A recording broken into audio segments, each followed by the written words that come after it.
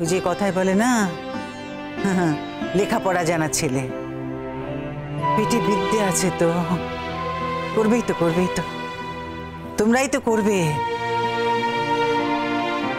আমি বলছিলাম কি, তোমাকে কিন্তু আমাকে একটা কথা দিতে হবে বাবা। তুমি কিন্তু আবার খুব তাড়াতাড়ি আমাদের বাড়িতে আসবে, কথা দাও। হ্যাঁ মানে এই তো ঘুরে গেলাম, অবশ্যই আসবো। আপনি তো জানেন যে আমার মা, ওর স্ত্রীর বেবি হবে, বারবার আসতে পারবে না। ও মা, কেন? ও বাবা, তোমার বাড়িতে তোমার বাবা মা নেই? না, আছে। ওই তো বাবা মা আছে তো, তারাই তোমার বউকে দেখবে। তোমাকে কি তোমার বউকে পাহারা দিতে হবে নাকি? কেন বলছি জানো বাবা, ওই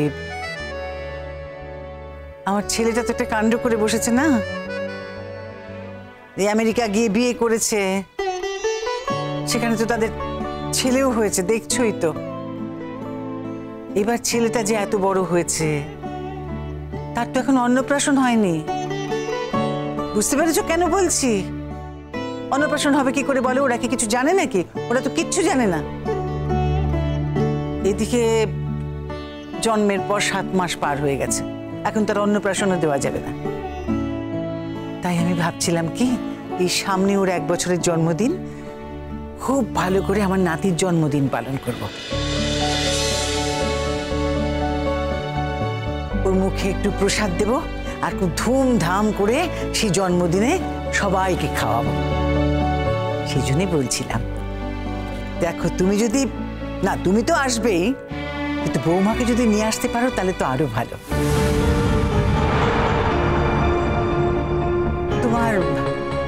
তোমার ওই বাচ্চা কাচ্চা হওয়ার সময় কবে বাবা? এখন দেরি আছে। ও, তবে আর কি, ডাক্তারবাবুকে জিজ্ঞেস করবে, তিনি যদি বলেন বৌমার যদি শরীরে কোনো অসুবিধা না থাকে তো তাকেও নিয়ে আসবে।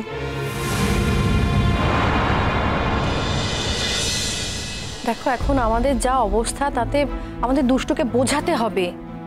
এই মুহূর্তে আমরা ওর বিয়েটা দিতে পারবো না, পরে যখন আমাদের। শোনো শোনো, এখন দুষ্টুর বিয়ে নিয়ে বাড়িতে কাউকে কিচ্ছু বলার দরকার নেই। ঠিক আছে, আমি একটা ভুল করে ফেলেছি, তাহলে সবাই আমাকে কথা শোনাচ্ছি, শুধু আমার ছেলে মেয়ে। এখন শোনো, আমাদের পাশে না কেউ নেই, সবাই ওই লালনের পাশে, লালনের দিকে, সবাই সবাই। যা হয়েছে তা তো বদলাতে পারবি না। আমি বলছিলাম কি, মা ছেড়ে দাও না প্লিজ, অনেক কথা শুনেছি আমি, সবাই কথা শুনিয়েছে, লালন, মিনি, ছোটু, দাদা, আমার ছেলে মেয়ে, সবাই সবাই। কিন্তু এসব কাদের জন্য করেছি? ওদের লেখাপড়া শিখিয়েছি, খাইয়েছি, পড়িয়েছি, মানুষ করেছি যাতে ভবিষ্যতে দাঁড়াতে পারে, আর তার জন্য আমাকে এইসব সহ্য করতে হচ্ছে। বাবলু, তোর ছেলে মেয়েরাই কিন্তু এসব কথা তোকে শোনাচ্ছে। বলতে পারিস এটা এই পরিবারের শিক্ষা। ওরা যদি তোকে কোনো কথা না বলতো তোর খারাপ লাগতো, কারণ তুই তো সন্তানদের যেভাবে বড় করেছিস, শিক্ষা দিয়েছিস, তাতে করে ওরা ভালো খারাপের বিচারটা করতে শিখেছে। হ্যাঁ দাদা, আমি ভুল করেছি, তুমি যা যা বলছো সব সত্যি কথা বলছো। এইভাবে কেন বলছো মেজো ঠাকুরপো? তোমার দাদা তো ভুল কিছু বলেনি। না না, দাদা কেন ভুল কথা বলবে? দাদা তো সবসময় ঠিক কথাই বলে। আরে ভুল তো বলি আমি, আমার বউ আর আমার। আর তোমার? হ্যাঁ, তারপরে ওর ভাইপো ভুল বলে, ভাইপোর বউ ভুল বলে, কিন্তু ওরা তো ওদের আসল রূপ দেখিয়ে দিয়েছে। লাডু, ওরা কিন্তু তোমার ছেলে আর ছেলের বউ হয়, মনে রেখো। কি আর করবো বলো মা, একই বাড়িতে দুটো ছেলে মানুষ হলেও একজন রাজার মতো আর একজন বাদশার মতো। আচ্ছা ঠাম্মি, এতদিন ধরে আমার বাবার চোখে তফাৎটা পড়লো না, হঠাৎ আজ পড়ছে কেন? রাজা না ঠাম্মি, আমিও শুনেছি আমার স্বামীর মানুষ হওয়া নিয়ে প্রশ্ন উঠেছে। খুব ভালো কথা, তাতে আমার কোনো প্রবলেম নেই, কিন্তু সেক্ষেত্রে আমারও কিছু কথা বলার আছে, আর সেটা সবার সামনেই বলা ভালো। বাবা, ওর বৌমা তো খুব গায়ে লেগেছে দেখছি। না গায়ে লাগাই স্বাভাবিক, কারণ ও স্বামীকে নিয়ে তার স্বামীর বাবা মা কথা বলছে।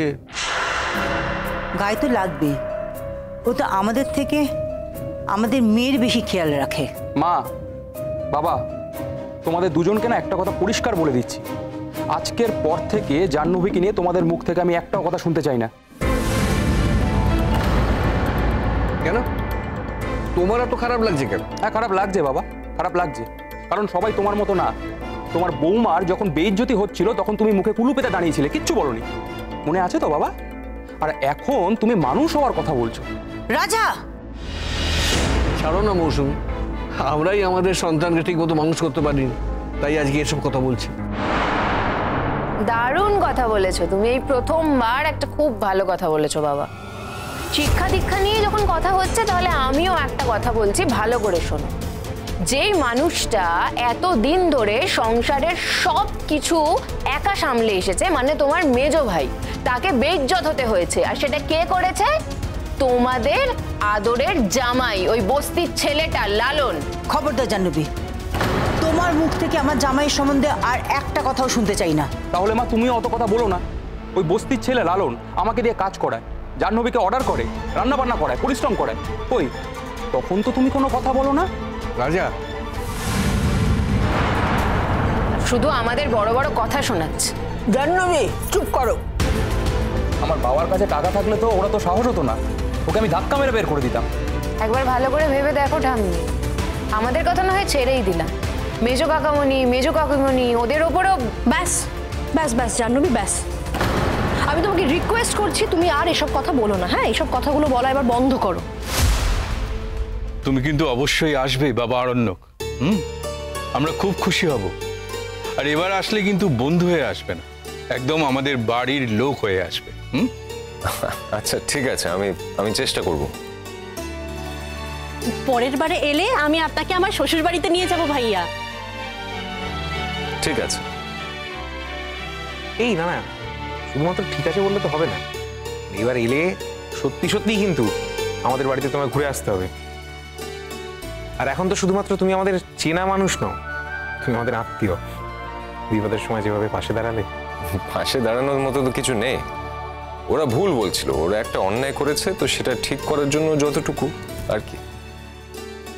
না না, তুমি কিন্তু কামাল করে দিয়েছো। আর আমার ছোট ভাইয়ের বন্ধু ভাগ্যটাও খুব ভালো। দাদা কিন্তু ঠিক বলেছে, ভাগ্য করলে তবে তোমার মতো একজন বন্ধু পাওয়া যায়। আরণ্যক, তুমি এতদিন আয়ুষের বন্ধু ছিলে, এখন থেকে, আজ থেকে, এই মুহূর্ত থেকে তুমি আমাদের ভাই। কি দিনেশ? একদমই তাই, আজ থেকে তোমার উপরে আমাদের কিন্তু ভাইয়ের অধিকার থাকবে, তেমন। সত্যি কথা বলতে কি জানো বাবা, তোমরা লেখাপড়া জানো মানুষ, আমরা তো লেখাপড়া জানা মানুষ নয়।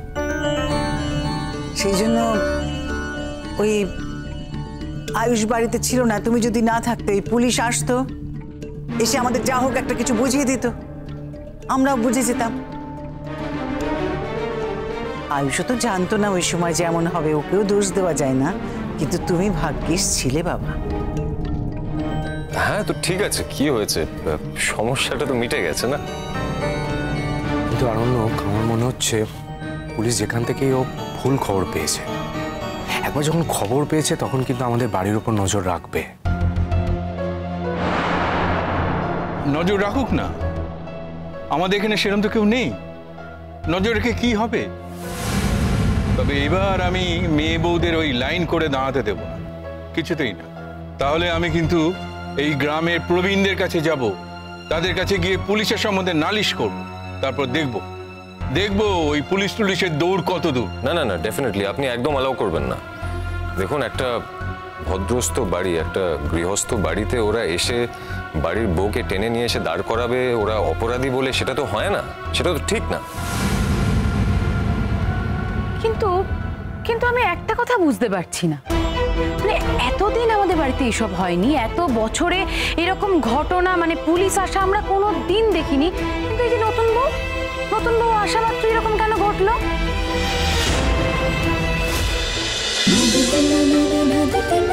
रोशनाई